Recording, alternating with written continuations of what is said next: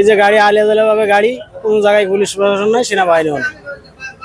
এখন আমাদের দাবি এখন তাড়াতাড়ি জানি আমরা বাঁচতে পারি। এই ঈদে জামা জুতো অ্যাক্সেসরিজের ডিসকাউন্ট।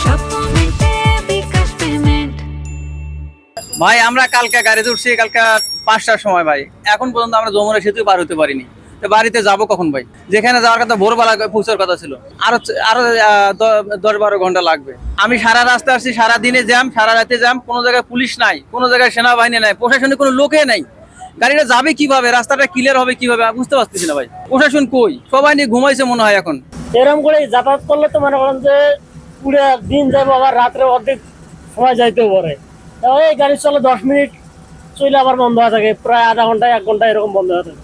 তাহলে আমরা যাতায়াত কেমনি করবো? আমরা গাড়ির মধ্যে আছি, গাড়ির মধ্যেই আছি। আর বিশেষ করে মূলত আমাদের গাড়ির কোনো নিয়ম শৃঙ্খলা নাই, যে যেভাবে পাচ্ছে ওইভাবে ঢুকে দিচ্ছে। প্রশাসন আইন শৃঙ্খলা বাহিনী আমরা ওইভাবে চোখে পড়তেছে না।